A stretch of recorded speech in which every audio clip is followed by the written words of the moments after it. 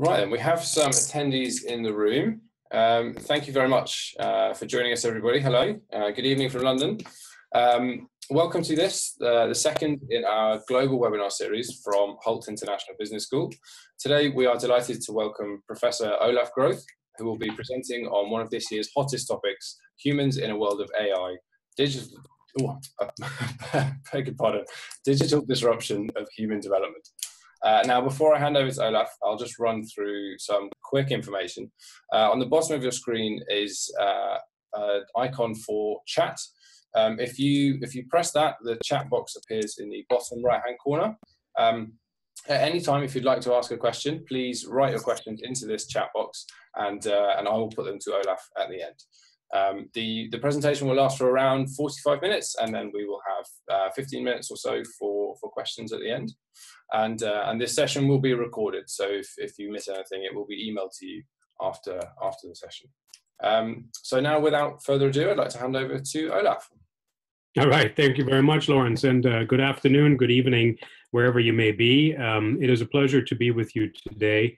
As Lawrence said, my name is Olaf Groth, and I'm a Hult professor. They call me global faculty, which means that I travel the Hult world across all 6 campuses. San Francisco is my home base, but I also teach in Boston, New York, London, Dubai, and Shanghai. My main topic area is strategy and innovation. I also teach economics courses, mainly global economics and global management courses, because I came out of management. I came out of management about 5 years ago when I joined Hult after about 20 years in corporate management, consulting, and one entrepreneurial stint. So I'm very glad to bring practitioner craft to Hult and to talk to you today about something that you as practitioners, I as a practitioner, are experiencing now increasingly, not just as strategists or strategic executives on the job, but rather as individuals who have careers and development paths ourselves. And that is digital disruption of us. So I'm going to bring to you some information and some insights that I have gathered through research for a new book that we are writing called Solomon's Code: Humanity in a World of Artificial Intelligence, or a world of thinking machines, that is, as well as a lot of consulting work with clients around the world. And really, if you think about it, we pay a premium for being able to ask the right questions. And the right question here, in my mind, is how will we shape the power of digital disruption for human growth? Obviously, we could expand this question by economics and by organizations. We could call it for economic and human growth, or for organizational and human growth. But at the end of the day, the point of this question is that we are all humans, and that, frankly, business is here to make a difference for people, right? We are here to develop solutions, and whether that's products, services, or experiences that make people's lives richer, better, and more rewarding. And then hopefully we get paid handsomely when that happens. But that's our main charter. Money is always part of the picture, but making money is really not the primary purpose of business, right? It's to make a difference for people in this world.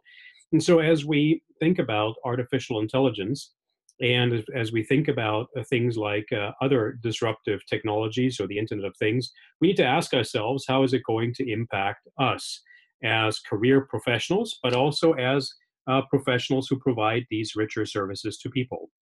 I can tell you that this is very close to my heart. It's very personal, in fact. You see me here on the left. This is me teaching in Dubai. It's a small group setting, 1 on 5 in this case. Whole teams are anywhere between 4 and 7 people at any given point in time. And there's usually about 5 to 12 teams in any given cohort, depending on your program and depending on the time of the year. Much of my teaching is still classroom-based. I want to say maybe 60 to 70%. The rest is really spent in small group coaching and in individual coaching. And that's a blessing, because when you look on the right here, this is an icon that symbolizes a smart computer game. Just about 2.5 years ago, Lawrence and my boss, Stephen Hodges, the CEO of Hult, called me and said, Olaf, I know you just returned to the San Francisco Bay Area from Europe from a vacation with your family, but I really need you to turn around and come straight back to London within 3 days. And I said, Stephen, with all due respect, what's so important? And he said, look, we are testing a smart computer game that we will at some point and in some form deploy in our Hult programs. And the goal of you coming back to London is to teach up against this and help us understand whether it's any good. So off I went. I taught up against a computer game, and I have to tell you that I was stunned by the data that came out of it, which clearly showed that there are some things that smart, immersive, and personalizable gaming experiences conveying complex strategic logics and thinking can actually be quite impactful. So in some areas of my teaching, the game came pretty close. And what that tells me is that I need to think about how I use digital disruption in my own career. It may only be a certain percentage of my job. It may not be everything, but it is going to be enough to be disruptive for me. Now, luckily, I'm a technology innovation kind of guy, and so I welcome these types of things. But many people are really not prepared, and we need to make sure that they are, right?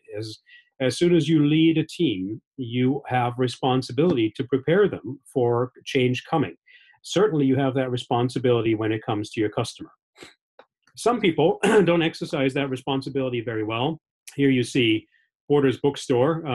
They went belly up a number of years ago. This was a large national chain, and they missed the digitization revolution. Missed it because they had to compete against Amazon, and compete they did badly. So they went bankrupt. We're seeing similar situations today with taxi cab companies depicted on the right here as they face an onslaught from Uber and Lyft and Didi and others in China, if that's where you hail from or that's what you're interested in. Lots of ride and car sharing applications all over the world are springing up in various shades, but they have one thing in common, and that is that they are disrupting the traditional taxi cab business. The lesson to be learned here is that if the rate of change on the outside exceeds the rate of change on the inside of an organization, the end is near, as Jack Welch so fittingly said, because we will, of course, automatically then spiral towards sudden death, right? Because you cannot master that to which you don't adapt. And so adapt we have to, right? And it's not just adapt our organizations for our own sake. That's important. We all want to have fulfilling, meaningful, purposeful careers that are rewarding. It's also important, and more so, I might add, if you have the customer in mind, which you always should, it's more important even for those people that are not as privileged as you and I are. You and I are probably reasonably digital. But depending on where you go in the world, people are less so. This shows me here a number of years ago, during an earlier stage of my career, doing a strategy engagement with a large foundation working in Africa. Now, I ask you, how are these kids going to integrate with and compete with and use very complicated, complex technologies like Watson IBM here depicted, or any of the stuff that's coming out of China for that matter, right? How is that going to happen if we don't lead them into it and if we don't develop solutions to teach them? So we need to take care of ourselves and we need to take care of our customers, ideally the last one first, right? So I want to talk to you about this very question through the lens of three different concepts. The first one is power. We need to rethink our power and the power of the customer. And the best example for this is artificial intelligence and the Internet of Things. I will guide you through the other two facets as we step through the presentation. This this slide is about 2.5, 3 months old now. This is a statement made by Mr. Putin in the fall of last year. I disagree with Mr. Putin on many, many things, but not on this particular one, I'm afraid to say. He is saying that those people who master artificial intelligence and other cognitive computing technologies will likely command a greater degree of power in this world. And I think that's right on, because cognitive computing, artificial intelligence, meaning technologies that are roughly modeled on the functioning of your brain, are in fact reshuffling the power that you exercise vis-a-vis others in the economy and also the institutions of society. Right? There are four perspectives on where this is going to go. The upper left-hand corner resembles the state today. Joy Ito, the famous director of the MIT Media Lab, said this in an interview with President Barack Obama in Wired magazine. You can read about it for free on the internet. He said, you know, the young computer scientists that work for me at MIT Media Lab and elsewhere are phenomenal individuals. They are changing the world, and a lot of what they do is for the better. But they also have one flaw, and that is that they are not equally trained on humans and human nature, and they're not really that interested either. And the reason is that many of them are introverted, and they believe that humans are messy, emotional, political, bureaucratic, and really very complex. And of course, they're right. We are all of the above. And that makes us very tricky to deal with, and it introduces a lot of inefficiencies, and at times it can be grinding on us, right? But that is also what makes us human, and that is what makes us different from machines. Some of those things make us different from animals, and so we are different, and some of that is, of course, beautiful. So then how do we teach the young people today who become the revolutionaries of tomorrow that people still matter? That's the big question. The upper right is Mr. Hawking, a famous astrophysicist out of the UK, and Mr. Musk, and you, of course, know him well, saying that the machines, meaning cognitive computers, at some point will either sideline us, enslave us, or kill all of us because they figure out that we cannot be optimized and that we are too unpredictable. The lower left is Mr. Kurzweil, who has popularized the term, the singularity, which means that humans and technology will merge, both physically and cognitively. And I suppose that means we shouldn't be afraid of the machines because we will be the machines. I leave it to you whether you like that vision. The lower right-hand corner is the stance that we should always teach computers, cognitive machines, to understand the human beings that they serve. So understand the goals and objectives and aspirations, even some of the irrationality, and always serve the human being. This view is best represented through Stuart Russell at the Center for Human Compatible Artificial Intelligence, or CHI for short, at UC Berkeley, with which I'm also affiliated. In my humble opinion, we need to go from the upper left of today to the lower right of tomorrow. We need to bypass the upper right altogether. And whether the lower left is to your liking, I leave up to you. My personal opinion is that we will be seeing something in that area because we are already being augmented. But the upper left to the lower right should be our path. This is not science fiction, I might add. You have all probably seen or heard of this movie. Very attractive Hollywood depictions of humanoid artificial intelligence. But we need not think out 30, 40, 50 years, and most computer scientists that I talked to and interviewed for the book will tell you that it's at least that long out, because think about how long it has taken us in artificial intelligence to get where we are today, some 70 years, right? So breakthroughs are, of course, possible. We know that. We might leapfrog, who knows? But even before that happens, we can acknowledge that AI is already happening in very disruptive ways. So for instance, this is the New York Police Department that has deployed predictive analytics and sophisticated algorithms to predict where in New York City crime will surface next. And if you are in New York, you might find that enticing and beneficial because it keeps neighborhoods safer. The NYPD is able to dispatch officers preemptively to those neighborhoods at risk. And yet the people who live in those neighborhoods often complain because they get stigmatized, right? And then they go to the police department and they say, how did you arrive at those conclusions? Please tell us, please be transparent. And the NYPD can't, and neither can the computer, because the computer cannot explain its thinking. Modern neural networks, deep learning mechanisms, are very effective, but they are not able to explain themselves. So we have a new research project at the Defense Advanced Research Projects Agency, DARPA, at the Defense Department, that is developing explainable AI, which means that we use one AI to explain another AI, if that's not ironic, right? So this kind of thing is being used today. It's also being used by judges in certain US states to make predictions on recidivism, which is the rate at which somebody might fall back into conducting crime, and therefore might warrant higher bail payments. There too, the judges nor the computers can explain how the machine arrived at its conclusions.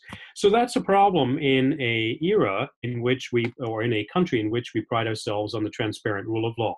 Think about your power relationship there. Going from policing now to psychology, about 80 million Americans every year have some kind of psychological ailment or another. And that number has gone up since the elections in 2016, I'm afraid, and that's a fact. And so these Americans have trouble either affording, accessing, or wanting to be heard or seen to access a psychologist, right? Think about US military personnel or soldiers anywhere. They don't necessarily take pride in saying to their commanding officers that they can't come in because they have to see a psychologist today. So there is a certain stigma to that as well. So in come the psychotherapy bots, SimSensei and WooBot and Eliza, and they are enabling people like soldiers in the field to get a quick readout on their own mental condition. Are they traumatized? Are they stressed more than usual? Do they need downtime? And that kind of self-management is actually quite helpful when you imagine a pilot flying a fighter jet, or somebody holding a machine gun, or frankly, somebody like a doctor holding a scalpel, right? So there are a lot of use cases for this, so much so that Facebook has now incorporated one of these into its own service offerings. It's called WooBot, and it will talk to you and ask you questions about how you feel. And when it senses that you spiral into a undesirable thought pattern, it will try to coach you to think differently. Here too, this is very powerful and very beneficial because these people don't get any help otherwise. Now consider though that some of these technologies are already being used to interview you when you interview for your next job. And so next time you go into an interview and it's video-based, consider that in the background there may be a psychoanalysis algorithm based on face recognition, voice recognition, sentiment analysis, body language analysis algorithms that will tell the company how you are reacting to certain types of questions along certain types of parameters that may not matter to you, but that matter to the company. That too is a good thing because the company gets a better employee that is a better, tighter fit. It may also be good for you in terms of getting more honest feedback because human interviewers are not always very effective at being objective. However, consider your own power relationship now with the corporation and with the other applicants. You thought you were in power of your own stage performance, but you may not be. Now going from psychology and interviewing to helping people and caring for them. This is Japan, which has a problem. Japan has a looming shortage of about 1 million caregivers by, I don't know, something like 2025. Lots of old people because the society is aging, not enough babies, not enough young people, and they don't like immigration that much. So what do? They invent robots, smart robots at that. So these pictures that you see here are all robots. If you look at the one on the lower left, these plush seals, they don't look real. Of course they don't. And when the maker of these robots interviewed the elderly and even some of the kids on how these seem to them, what they're hearing is, this is of course not real, but it is so much better than anything else we have or don't have because we don't get visitors and we don't have enough caretakers and we cannot keep an animal in a senior care facility. So these seals will actually respond with organic, quite sophisticated mechanisms of moving and making sounds. And this is essentially like a child believing in Santa Claus, even though the child might have an inclination that there is no Santa Claus. This is maybe like you and me going to a movie and suspending disbelief just because we paid the $15 and we want to be taken away and entertained, right? So see, you don't have to be like the robot in the upper left that looks very humanoid to be disruptive if this gets taken to other countries. The Japanese, of course, don't mind because they don't have any young people, so they need to create them from scratch as robots. Now going from Japan to China. In China, we are seeing that the government is spending billions of dollars on the development of different rating systems that will assign a trust rating, a single number, to each one of its 1.5 billion citizens, or to you for that matter if you end up living in China. That trust rating between 0 and 800, as one rating goes, will tell your social network and the authorities whether you are trustworthy, whether you have come through on your debt payments, whether you're being nice to people on social media, etc., etc. If you have a high rating, you get the permission to be on international flights or to take a premium fast train. If you are low ranking, in the 300s maybe, then you will get no such privileges. That's the enforcement of it. Now, I understand that the Chinese want to have some level of control over keeping their society from killing itself. As one Chinese interviewee told me, you have to understand that we have a long history of tribalism and civil strife, and that can't happen again. That would be no good to anybody around the world. You might agree or disagree with that. You could also make the case that the Chinese are doing this because they don't have a history of credit rating agencies like we do in America, as flawed as ours are, that really help the economy. So they scrape from social media whatever data they can get. At the end of the day, of course, you have to ask yourself, what's your power relationship to institutions in society, including the government agencies that are putting this up, or Baidu, or Alibaba, or Tencent, that are baking this into their applications that you use on your mobile phone?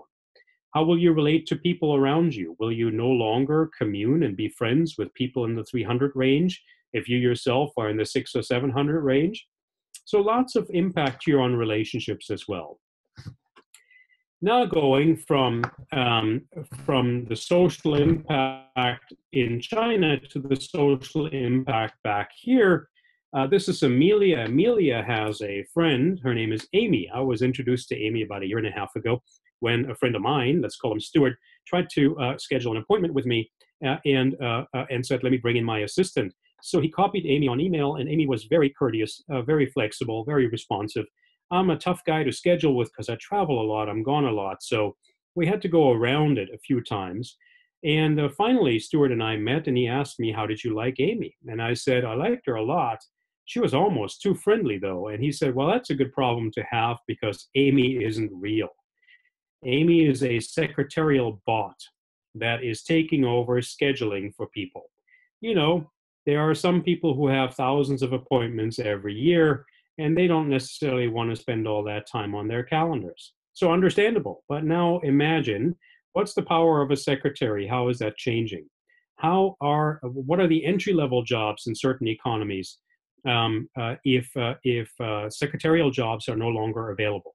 All of these are very big questions. Now going from the virtual to the physical. This is Japan, again, having reduced labor costs by 70% at one of its hotels, the Henna Hotel, specifically dedicated to the traveling salesperson because they want quick and easy and cheap accommodations overnight, and they don't want a lot of fussing. Of course, this wouldn't work at a Ritz-Carlton or a W Hotel in the United States because we want the higher personal touch. But imagine these robots now going into developing countries and taking those receptionist jobs away. What's left? So we need to ask ourselves how we reconfigure some of those jobs that we will be leading and managing. Will we see massive job losses? Do we have to be scared? You all have seen these statistics, 40, 50, 60% of all jobs gone by 2030. Well, I am associated with a research project that says, no, we're not going to see that. But we do need to be concerned because many of our jobs will have significantly disruption within, just like the slide that I showed you about my experience with a smart computer game that teaches strategy. So a really illustrative example here is bankers. Imagine the confluence of artificial intelligence with blockchain. What do bankers do? Bankers create trust. They provide a transaction environment with tools, and they hopefully develop relationships.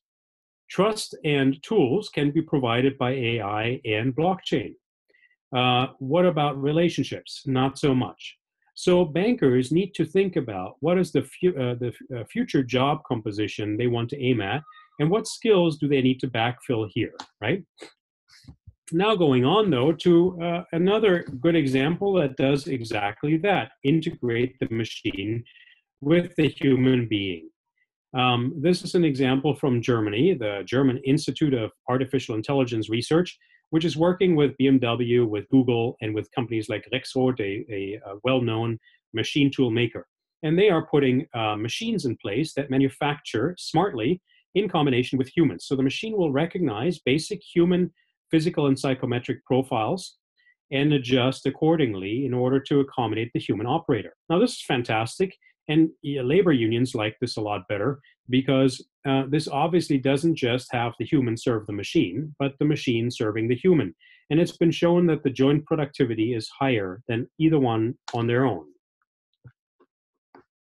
So now we have to place this into context, because remember that power, in the business sense, is not just something in isolation. It is how you relate to other people and how you can make your interests heard and felt. So in business, we will soon become part of the Internet of Things. And how you relate and how your business relates to all of the things around you, all of the people, all the services, and all the content will be the big question.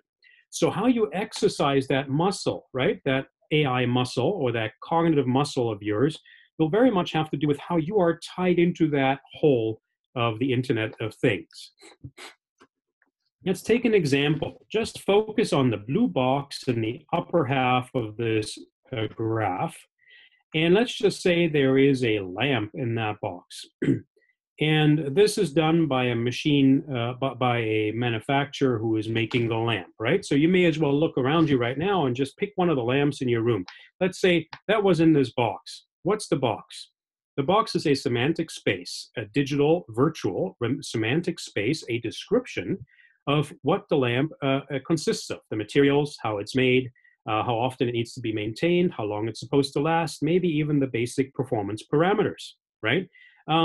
Now, as time goes on, and we're talking now until, into the foreseeable future, these lamps will start to collect other information about you. So we are now taking the lamp, and it is becoming not just a product that contains information, but an observer of the lamp's context, meaning of you too. And that will communicate that context to the back-end servers of the digital companies that are mining that data.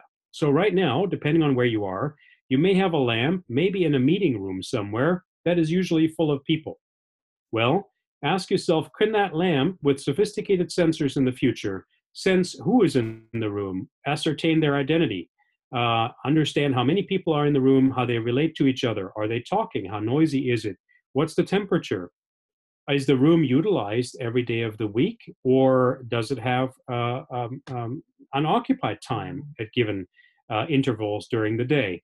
All of this is very valuable information that certain people pay for.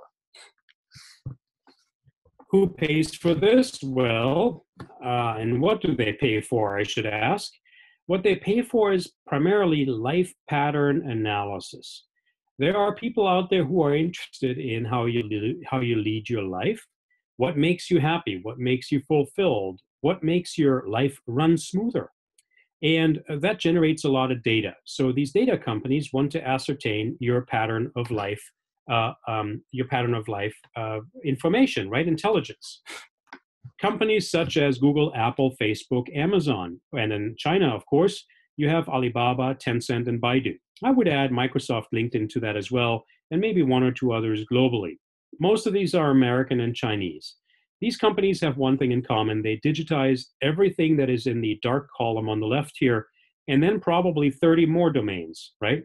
So they are rolling over every aspect of our physical lives, and they are digitizing that with data analysis. They're connecting it, and then they're telling us, here are new services and products that can make your life run more smoothly. What does that end up looking like? Well, let me take a step back. You remember when Starbucks was called a cafe, but it really was much more than a cafe.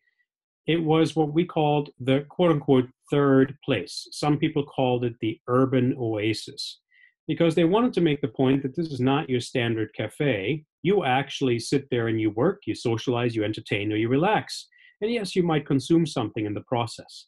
It was the place between home and the office, hence the third place. Well, in future, we are going to be seeing the fourth place. The car is becoming the fourth place. It's more than the car we knew 10 years ago. It will do more than drive you from point A to point B. You will now do similar things you did at Starbucks, in greater privacy, arguably, with more seclusion. So think about that. You can entertain yourselves, you can socialize, you can relax, you can sleep, you can work, you can do all kinds of things in the car, and you might be paying for that. So this is, excuse me, this is the fourth place, as it were. And as we see now from an automaker's perspective, that's very important, because the amount of value that is in a car is increasingly determined by software, right? And by the smart technologies and applications and experiences that are generated by it. Not as much by the hardware. That doesn't mean that automakers don't add value with their exterior and interior design, very much so. That will become part of an integrated package. But imagine that you as an automaker are used to making 100% of the value that you provide and capture with your designs.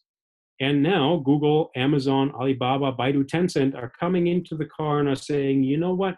The people that we know from online business are much more interested in playing games and educating themselves and working than they are just sitting there with a steering wheel in their hands. You would pay attention. Your power will change as a car maker. And we're in the process of seeing that happen, because traditional industry structures, signified here in blue with the old Michael Porter paradigm, are being undone and being remodeled through these multi-sided platforms that the digital companies that I just showed you are overlaying over every other structure. So there is that power change I was talking about, because they're disaggregating how certain types of value are delivered in the car. Now, let's think about who does that and why does that matter for our purpose. I call them the agitators, the founders, the disruptors. These are people, and there may be some of you in that category, if not currently, then maybe after your year or during your year at Hult, because we get a lot of students interested in entrepreneurship. The tech founders have the mindset of total agility, and that means that they will test hypotheses very quickly to change a certain sector, a certain space, a certain product, and really without any mercy, as it were. So the people that are in this category don't care whether it has taken us 100 years to build an automobile company of the likes that we still have around. They're saying, look, I can build a better company within 10 years. And of course, we have to be realistic. We'll have to see how Tesla and others in that category can scale to the kind of size of a General Motors or a BMW or a Volkswagen. But we do know that they are instilling significant pain and learning on these automakers. And so that lack of disregard leads to change in the industry, and they don't mind failing. Their deal with society is such that they know they're going to fail a few times before they ever succeed, but if they succeed, they want to succeed big, and they get rewarded big, right? So that's difficult. What's also difficult is that they like to throw things at the wall to see if they stick. Products, services, pieces of software. Now, in the car industry or in airplane making, two industries in which I have spent some time, you cannot throw things at the wall to see if they stick, at least not with people in them, right? So it's a very tricky thing to integrate. These change agents are saying change is always good, just not for everybody. And too bad if you think it's not good for you. So how do we integrate that in organizations? In organizations, we need to go from the left to the right. The left is a very traditional paradigm, a very hierarchical organization structure with titles and seniority and corner offices. The right is the modern corporation that is very digitally and disruptively minded. Young people today, and I would say I'm certainly one of them too, want to work in flexible configurations around certain problem spaces and learn constantly to develop constantly, right? And so for that, you need to design a very different organizational structure. You can easily see, if you haven't experienced it, how very solid hierarchical organizations that manage very expensive high-risk assets have trouble with that new paradigm. In essence, we have to allow the disruptor to really agitate the organization and disrupt our thinking. And the way to do that is one of many things. The way to do this is to rethink how we relax our organization into the ecosystem. So two professor colleagues of mine at Hult, Mark Esposito and Terence Say, and I have written this article about the future of the global corporation from fortress firm to Cambrian corporation, because we believe that organizations need to become a lot more permeable. And we help organizations do that, and we bring some of that learning back into the classroom. Now, lastly, let me tell you about your position, the third P, right? Power, purpose, position. Position is really about strategy. You want to have an individual career strategy on how to integrate with smart digital technologies, with what I have called the cognitive era. And your employers, current or future, certainly need to have a strategy. In fact, I just got off a call before this one with one of my clients, a very large consumer goods company that is going through exactly that right now. So let's take a look.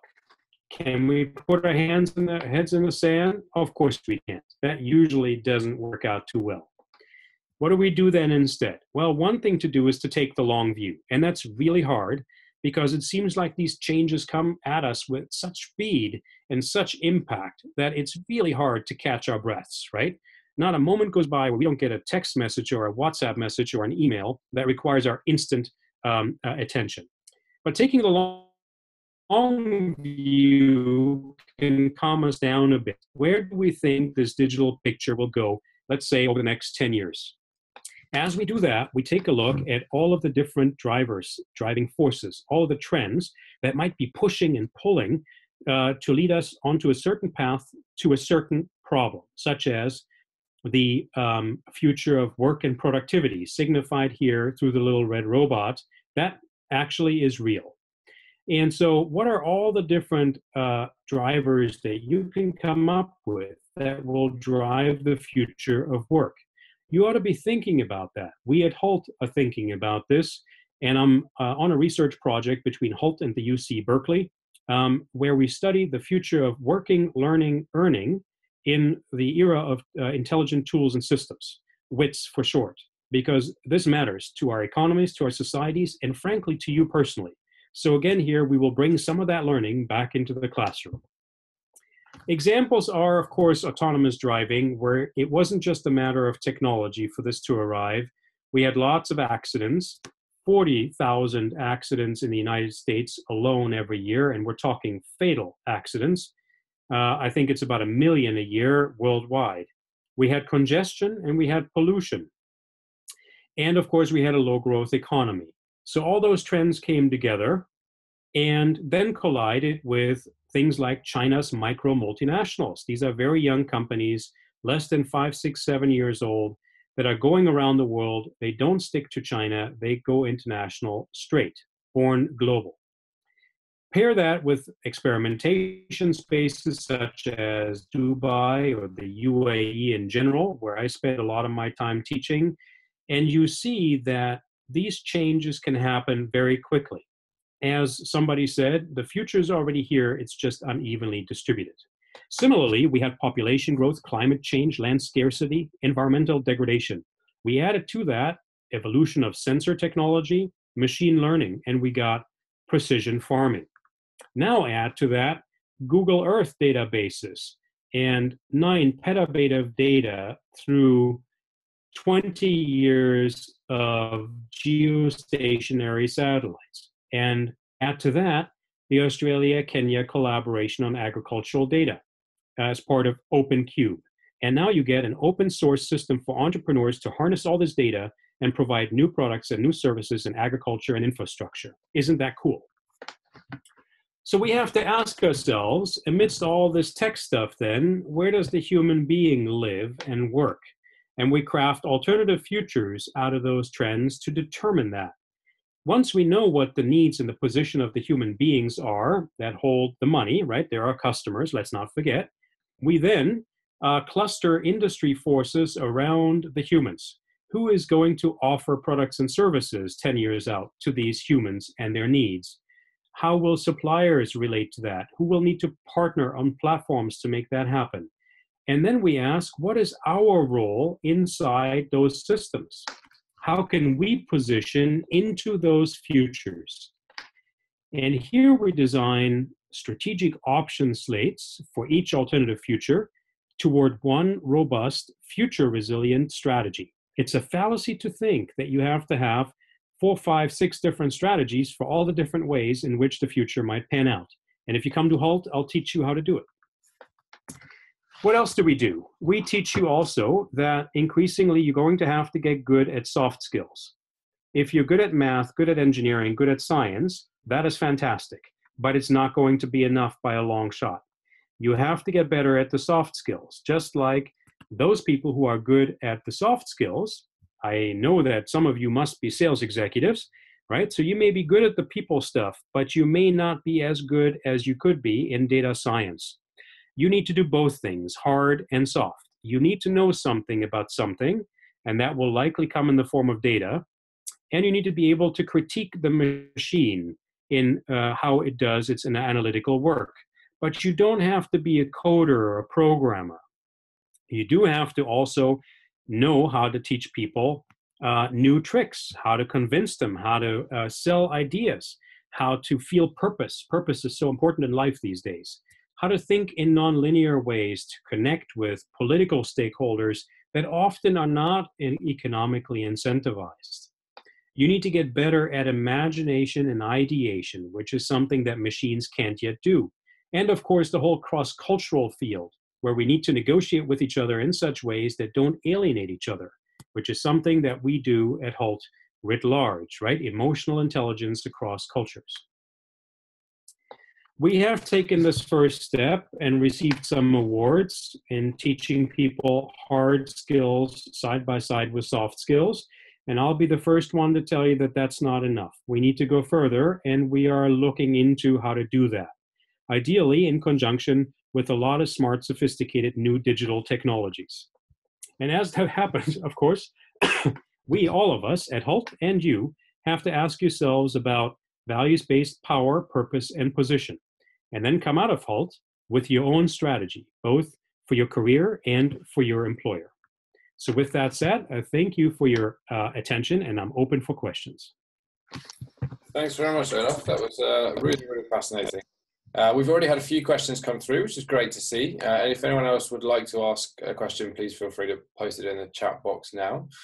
So the first question to begin with, do you think it's ever possible that artificial intelligence could surpass human intelligence? I do believe it is possible, but I don't think it's possible in the short term. And it may not be even possible in my lifetime. I do believe that in the next, let's say, 50 to 70 years, we will see it. And that is because I have seen breakthroughs in neural networks. I know some of the money and some of the tremendous brains that are being thrown at the science and the engineering, and I believe that we will get there. I do believe that, unfortunately, that vision is very exciting. Look, I like science fiction as much as the next person, but unfortunately, we are a bit preoccupied with it. And so we focus more on Hollywood than we focus on the near to midterm disruptions. We really need to do both, right? But as we look out 50 to 70 years, we should not forget 0 to 20 years, right? Thanks very much. So someone here mentions, she spoke a little bit about the development of self-driving cars. What do you see that's left for their development? For example, the decision making between sticking to road rules and potentially causing an accident.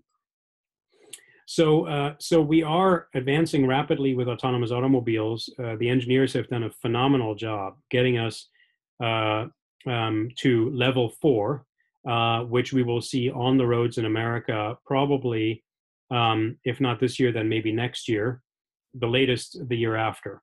Level 5, which is full autonomy where you don't even have a steering wheel, I think is a little further off. Will you see a car or two on the roads for level 5? Yes. But those are usually very constrained trials with very set parameters and very few people around, because no automaker can afford to even just kill one person. So that'll be a little further off. Will it eventually happen? Yes. But a lot more work needs to be done. And that's not just technological, because remember, you have to be able to navigate in a difficult inner city, in the rain or in the snow, with people around, with many other cars, and with a lot of things and factors that are non-linear, that are irrational. And so getting to level 5 is actually quite tricky. Legally speaking, we are starting to develop the frameworks. We're not quite there yet, but we're making good headway. Ethically speaking, that's a different story. And I think this is the longest pole in the tent, as they say, right? The longest pole in the circus tent that holds it up. Because we have to teach the cars how our values tick. So certain types of value judgments we can make as a society. Then there will be other situations where you will feel very differently about autonomous vehicles than you feel about other value trade-offs, because you feel strongly about protecting your family, protecting yourself because you have a family. Imagine yourself at age 18. You know, you don't have to answer this here, but how many of you would have said at age 18, with maybe a year or two of driving under their belts, that they would swerve out of the way of a dog that runs into the road to save the poor animal? Many people will say that because they're idealistic and they love animals. As they grow older, as they grow more accomplished, as they have families, as their parents age, as they become more needed in their families, they will change their opinion, because they don't want their children to be without parents for the sake of protecting a dog. And so you can tell that, even if you disagreed with that statement, how complex some of these decisions are. So we need more ethics and philosophers and anthropologists to work side by side with the engineers. And luckily, we're seeing computer scientists now acknowledge that, such that we can get the two sides together. Fantastic. One question here from Mohammed, who asks, do you think that in this case it is inevitable that there will be large job losses as a result of these developments? I do believe that short term, meaning sort of, 5 years out or so, we will see job losses. I don't think we will see 30-40% of all jobs going away. I think that's, even the people who have said this are not backpedaling. So you saw me quote Messieurs Osborne and Fry out of Oxford in the UK. McKinsey has done a new study, and all of these people, there's new studies coming out of Germany, for instance, and then our own WITS think tank at Berkeley and Hult are now saying it'll be more task specific. So you should sit down and you should ask yourself, how much of my work every day is routine that could potentially be automated? Then you ask yourself, how much of that do I like versus what do I not like? And then we need to craft or recraft your job in a way that plays to your passions and has you not compete with the machine head to head. That's something we humans should never do. We should never try to be like computers, because we can't. Computers are much more efficient than we are. So that will be my advice, but I don't think that we will see large-scale job losses. I am concerned because governments and corporations are too slow. They're not helping us adjust. Academic institutions are also not fast. So it's really a question of speed. Can we adjust fast enough? I'm confident and hopeful that we will be, but the proof will be in the pudding. Mm-hmm. We have a question here from Alejandro, who asks, how can we teach a rational machine, which I assume he means a computer, to fully understand a non-rational machine, presumably a human being?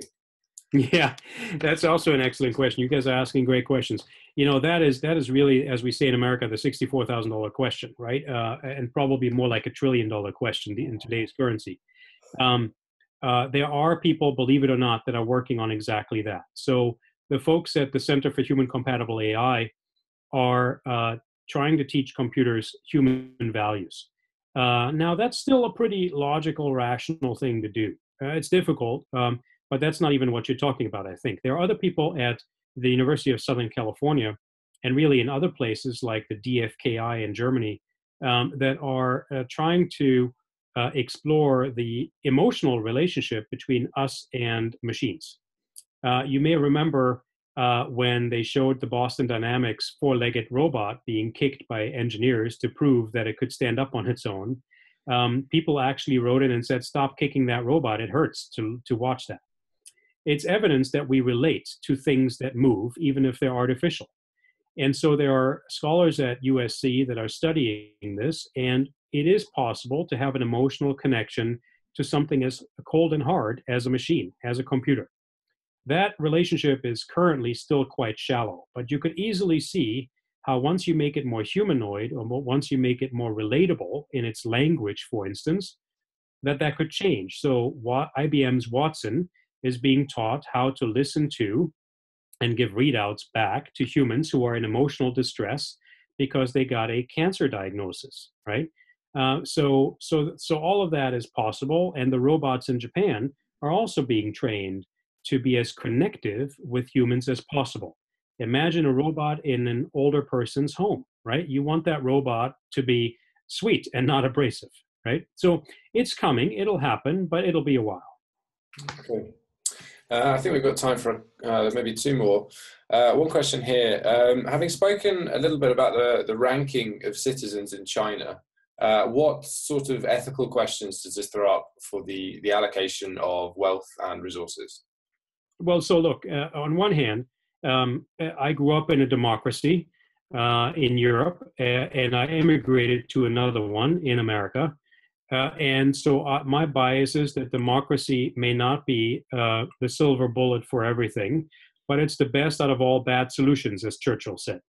And so I have a bias, and I believe in democracy. If you believe in democracy, then you will be positively horrified by what you see happening in China, because this will be used to instill social control and societal peace. That said, I'm always careful not to impose my Western upbringing and values on everybody else around the world. That too comes with being cross-culturally savvy. I do have appreciation for the Chinese saying, we need that stability. You do not want 1.5 billion Chinese going violent on each other or against anybody else. That could just be a cop-out, but I tend to take some of these voices seriously. So then on a more micro level, the question is, if mistakes happen, what do you do? What recourse do you have as an individual? Look, if that happens in the United States and you disagree with your credit rating, you can appeal it. It's a tedious process, it's intransparent, and it's not always successful. If you have a faulty charge on your bank account, or you had identity theft happening, you can rectify that. Again, it's tedious and it's not perfect, and we need to make it better. But there is the possibility of recourse, and we have a legal system. That same possibility of recourse doesn't happen in China, or happens very differently and much less transparently. So that would be my other concern. My third concern is, what will happen societally when people feel that monitored and that measured and that watched all day long? There are what we call second and third order effects from that kind of situation, where all of a sudden you might have the crowd doing exactly what you thought you should prevent it from doing, which is become rather disenchanted with the situation, right? You might also see certain elements in society rising up and creating a separate, a parallel society because they don't want to be tracked and they go off the grid. All of those are concerns of moral, ethical, legal, cultural nature that I have.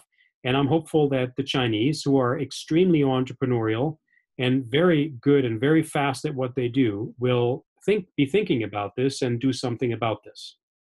Fantastic. And so one final question to finish. If we wanted to get any further information about this or to further our knowledge, would you be able to recommend a couple of books that people could go and read? Yeah, there are many good books. Of course, I could give you I could give you a long list, but one book that I can certainly recommend is Harari's book on Homo Deus, HOMO, and then the second word is DEUS. It's a fantastic book. There's another book out called Life 2.0. And then there's of course, if I may self-advertise, our book, which is coming out in the fall, called Solomon's Code. Right? I'd be remiss if I didn't say these things. And if you bear with me, I will probably give you one more here. There is one actually that's very relevant to business majors, and that is called The Platform Economy. Because it touches on data business models. There is another one that is called Weapons of Math Destruction. So not mass, but math, as in, numbers. And that talks about the pros and cons of dealing with data analysis and very data-driven business models. And yeah, I think that's, there is Nick Bostrom's book on the superintelligence. I got to be honest with you, I'm not as big a fan because it gets us back into Hollywood territory. And yeah, I think that's pretty much it as I'm looking through my list. There's one that is a bit more scientific called From Bacteria to Bach, and Bach as in, the composer, B-A-C-H. By Daniel Dennett, and that is a book about our human evolution and the area of consciousness. So a bit slower, but very deep and fun if you like that kind of thing. Fantastic. Right. Well, that's all we have time for today. Thank you very much for joining us, Olaf. As I said before, a recording of this session will be sent out to everybody who registered afterwards. If you want more information about Hult or our programs, you can find that at hult.edu. Or if you want to hear more from Olaf, he has currently some articles published on hult.edu/blogs. Thanks for coming, everybody, and goodbye. Thank you, everybody. See you soon.